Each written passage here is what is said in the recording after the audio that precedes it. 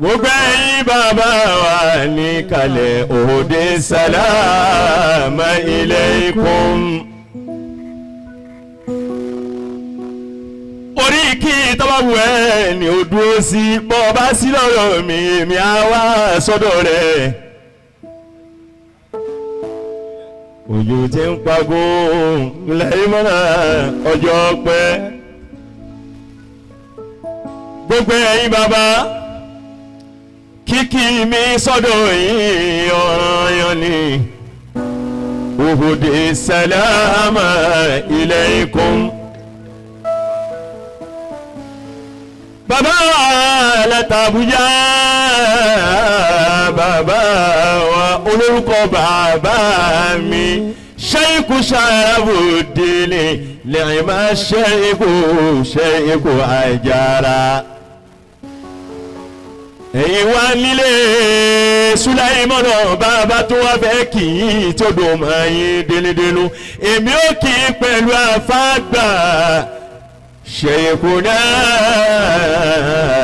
شيخ حسن زاروكو ìrẹ́lẹ̀ ìjọba ń ṣe ṣéwù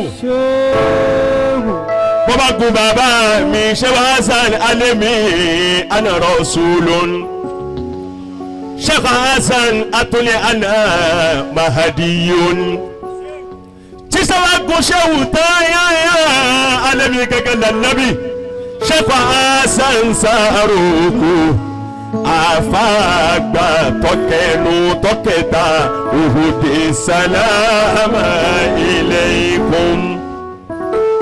mo fi ti bàbá wa láta Àbújá gbogbo ẹ̀yà àfáà níkàlẹ̀ dákun ọbẹ̀ yìí torí Ọlọ́run ìlílé láǹfààní àti máa yá kiri ní. àwọn èèyàn sì pọ̀ nílẹ̀ Sulaimana tó yẹ ká mú kékeré dọ́dọ̀ wọn. Sulaimana ẹ bá ń pín ẹ dákun ẹ foríjì mi lórí ẹ. alfawa kò sí tí ń jẹ́ Ismaila ìrọ̀rùn kí ló máa dé mọ́ kò sí tí ń jẹ́ Ismaila. Ismaila náà ni Ismaila ìlú kò wá tó ń jẹ́ tí ń jẹ́ Ismaila ìlú tayọ pé Ọlọ́run gbàdúrà mi lọ. àlùfáà wa dìbò wòjọ́ tó ti ń tọrọ kọ́lọ́run kó gbàdúrà gbogbo àtọ́lọ́run wá dé wo kọ̀dẹ̀kẹ̀ tí gbà. ẹ̀rín ní tèmi aládìgún o àdúrà rẹ̀ yóò sì máa gbà sí lọ torí wípé ọ̀fọwọ́ síbi tọwọ́ gbé. Àdìgún ọmọ ọ̀gá lọ́gà ọmọ àgbàlagbà àwọn tí ọmọ wa bú ẹ aládìgún o wípé sọ́pà rẹ̀ torí àwọn ará ṣáájú ni níjọ́ òun Kàṣàkẹ́ tó dé. Sulaimana ọlọ́ọ̀ládé kó tó kọrin tiẹ̀ etí tó máa fi gbọ́ gbogbo nta ayé wí wọn ò rí bí tó gbé tiẹ̀ sí Sulaimana wọn ti gé lọ́mẹ́ èyí tó máa fi sórí rẹ ló ń bẹ pẹ̀lú rẹ lọ́wọ́. gbogbo ẹ̀yin abiyamọ lóbìnrin tẹ̀ ń bẹ níkàlẹ̀ ẹni náà bẹ́ẹ̀ bá fẹ́ jẹ wọ́n má jù bẹ́ẹ̀ lọ ẹ bá ń sáàmì Fàdìgún pé kò ní kú láéláé.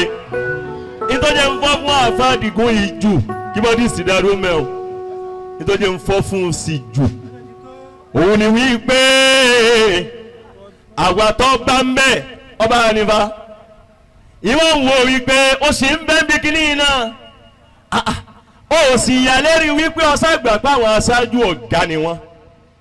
Wallahi al-azim Àdìgún pè mí ló kọrí láyé ju ọ̀gá yẹn lọ bí ti pè mí nù. àfáà mi lọ́wọ́ kọrin kan wọ́n wí nínú ọ̀rọ̀ wọn wípé wáyé ìdáàrú zikita dúró dáadáa Àdìgún kálẹ̀ máa pò dúró déédéé. Àdìgún má tẹ̀ orí kẹ́mi gangan mi ń tẹ̀ ọ̀dẹ̀ ní tẹ̀ bí ẹ bá fẹ́ tẹ̀ ọ̀yọ́ máa tẹ̀ ni. Àdìgún o afáàmì lọ́jọ́ yẹ mi pa ìtàrù síkítà kàlíkọ̀tà mahamudatan fakọ́dísì tọ́fà kàmọ́kọ́ símúlẹ̀ àrísàkì fanazu haza hazuwu malon waza ilimon waza kamakarimule akhalaki sehu makarimule akhalaki yẹn gẹ́gẹ́ náà mọ̀ wá fẹ́ lò gbogbo ń tó gbé ọ débi tó dé o wọ́n ń tọrọ ọkọlọ́hún kó gbé ẹ débẹ̀ ó sì débẹ̀ dandan afáwa Àdìgún ìsìmáyà ìlú ọlọ́run gbàdúrà mi ó ti gbà á lọ́wọ́ rẹ wọ́ọ́ ẹnu tẹ́mi kàn fẹ́ kó ṣe ni wípé ibi tọ̀wà náà dákun má gbẹ́sẹ̀ kúrò níbẹ̀ ibi ìwà lọ́wà ìwà ló fi kókó wá débi àwọn títún bọ̀ náà ìwà ni bàbá alábùjá ìwà ló fi kó wọn gbogbo àwọn tọ́jú kó lójú tútù ìwà ló fi kó wá pátápátá agẹgbẹ́ bíi tẹ́mi ti ẹ̀wà èmi ti nájà ẹ̀yà yín gbẹ̀yìn nísìnyí yóò ti tó ọdún bíi 14 sí ọdún 12 sẹ́yìn. Sùláìmánà ọmọ ló mú nǹkan kó o ṣe mí Sùláìmánà èmi ní í ṣe nǹkan àmọ́ tí ń ṣẹlẹ̀ tí ì rí bẹ́ẹ̀ bá ti rí ẹ̀ mọ̀ pé nǹkan ò ṣe mí rárá ọmọ ló mú ṣe ń bẹ́ẹ̀ níbẹ̀ bam sírù. tọ́wọ́ níbẹ̀ makarimul akhlaqi yìí pé ọ̀ya máa bá a lọ wájà ṣeré ọwọ́ díẹ̀ nítorí pa nàbì náà lọ́ọ́ wọlé ọ̀dọ̀ ọlọ́run náà lóore ọ̀dọ̀ ṣé wàá sálì sáàrùkù lójú kó sí tó ti ń ṣiṣẹ́ bàbá wa fẹ́ràn nàbì dáadáa mo yà nàbì lọ́jọ́ kan lójú wájú bàbá mi ṣé wàá sàrùkù lọ́dọ̀ afáàmì sàlẹ̀ àti ní kẹtù kan ẹ̀yìn náà ní lọ́dún náà ó ti tó bí 20 ọdún sísìn bàbá wọn pé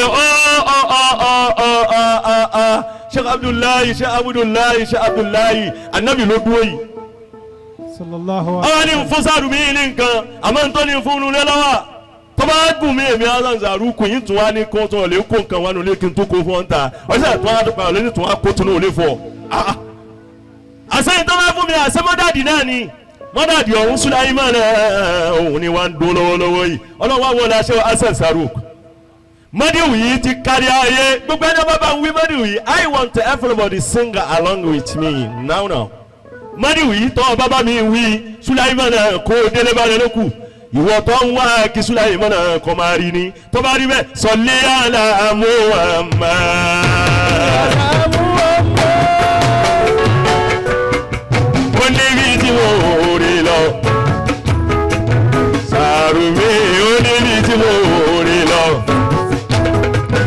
ibi mo rè kó yẹ nìkan kọ́ Ànábì Muhammad lóye.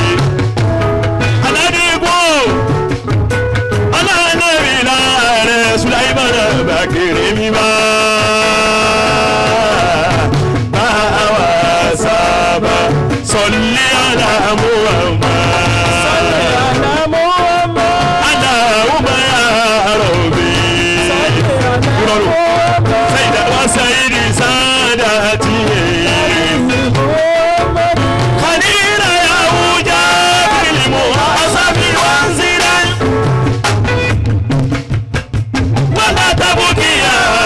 خيري متاولا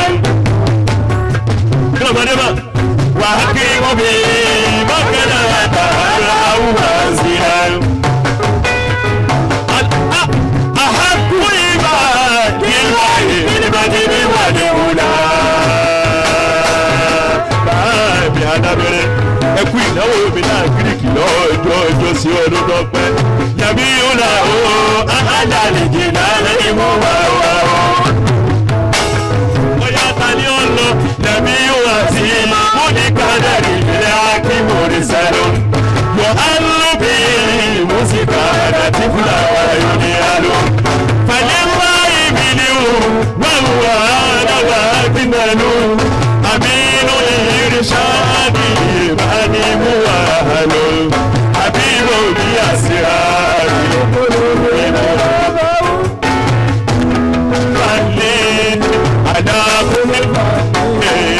على كل lana lana lana lana lana lana lana ìparí lana lana lana lana lana lana wúmà lọ ọ̀dà kàmàdà lámú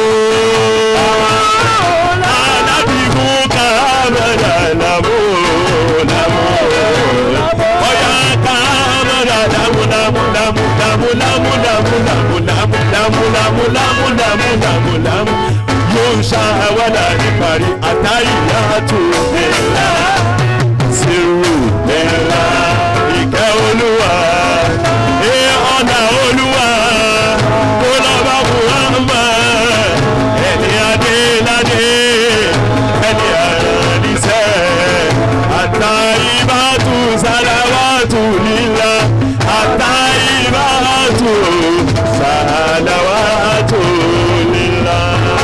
alfaawa èyí tàbí gba máìkì alimami Shafi'i kọ́ọ̀lù imaamu Shafi'i sọ̀rọ̀ kan kí bọ́dí sòótó ó ní ìrìn ọmọ anabi Adam mo fẹ́ fi ju máìkì yìí lẹ́ni o kẹ́lẹ́ mi máa wí pé wọ́n pe àfàsàrùmí àwọn ẹgbẹ́ rẹ̀ yòókù wọn ń lónìí òun wá bọ́ bẹ́ẹ̀ yín wá ń lọ lè ṣe sọ̀lẹ́ àlámù ọmọ mo fẹ́ sọ fún ọ wí mo kàn lọ sọ̀lẹ́ àlámù ọmọ láti fi dun ọmọ ìyá mi nù ni wá gbọ́ tó wáyé pé n tó ń retí nù àlè imaamu Shafi'i kọ́ ó ní ìwé ọmọ èèyàn inna Allaha khalaqaka hurran fakun hurran kama khalaqaka Allah.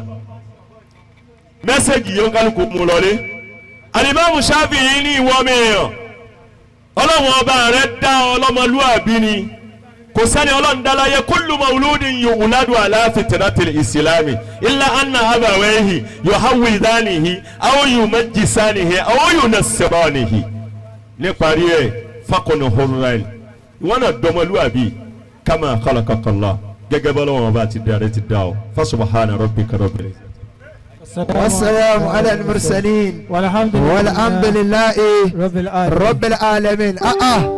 مولانا فضيلة الشيخ سليمان السارومي الله أكبر. مولانا سارومي kọ́lọ́ ma ṣe àjárí ẹ̀mí ọlá yín ló pẹ́. amiina. ẹ ti ń wí látàná lọ́dọ̀ àwọn àgbàlagbà inú wọn sì máa ń dùn tí wọ́n bá rí yín pẹ̀ ń wí. àwọn tá a tún jọ́ mọ lẹ́yìn gbogbo ìgbà tẹ́ ẹ bá ń wí báyìí bí ìgbà kẹ́ mọ́ dákẹ́ mọ́ ni bí ká tún máa pẹ́nu yín lá ń gbogbo ìgbà tó lọ́lọ́run kádàrá kẹ́ mọ́ wí. bàbá Sàrùmí àgbákò tí ó wá bá yín tí wọ́n ní Sàrùmí àná yẹn dà wọ́n fi wíjì àtìbọ̀ lójú agbóni ọlọ́mọ gbé bá yín o. amiina. kò sẹ́ni tó nífẹ̀ẹ́ àfọ àwa tó lè bá wa ṣe amínà fún wọn. amiina. wọ́n là nàbọ̀ wa Muhammad. sallallahu alayhi wa sallam. anakunla oríṣiríṣi pákéjì ìyà ló wà lọ́dọ̀ ọlọ́run láyé ń bẹ̀ náà ni. àmín. àwọn àfa kan ti wà lẹ́nìí wọ́n ń wọ ọmọ lẹ́yìn wọn báyìí wọ́n sì ń sọ fún pé ìjọ tó o bá ti kú mi ní débi sáré rẹ bàbá wa gbá lábẹ́rẹ́ kí ni tíráì láti sọ fọ́mọ òun yóò ṣáájú òun kú kọ́nu ọmọ lẹ́yìn náà sì ti ń wo àfa rẹ̀ báyìí pé anakunla pẹ̀lú gbogbo kéwù tọ̀mọ̀ ẹ wọ náà ni sà. Allah. àgbákò tí ó wà bá yín tẹ́ẹ̀fì ṣe wèrè sílé sàláàtì ọlọ́mọ gbé bá yín. amiina. la hawla wala quwwata illa billahi illa billahi al-ali. inú mi máa ń dùn pẹ̀lú bàbá gangan torí àpàdé yín rí kẹ́ kàn wá lábùkù ẹ tún wá máa ṣe wá bí ọ̀rẹ́ yín àbùkù kéré tóbi ọlọ́mọ jẹ wọ́. àmín. kíkì yín jù báyìí lọ sà ọlọ́mọ ṣàjárẹ̀ mi ọlá yín lò pẹ́. àmín.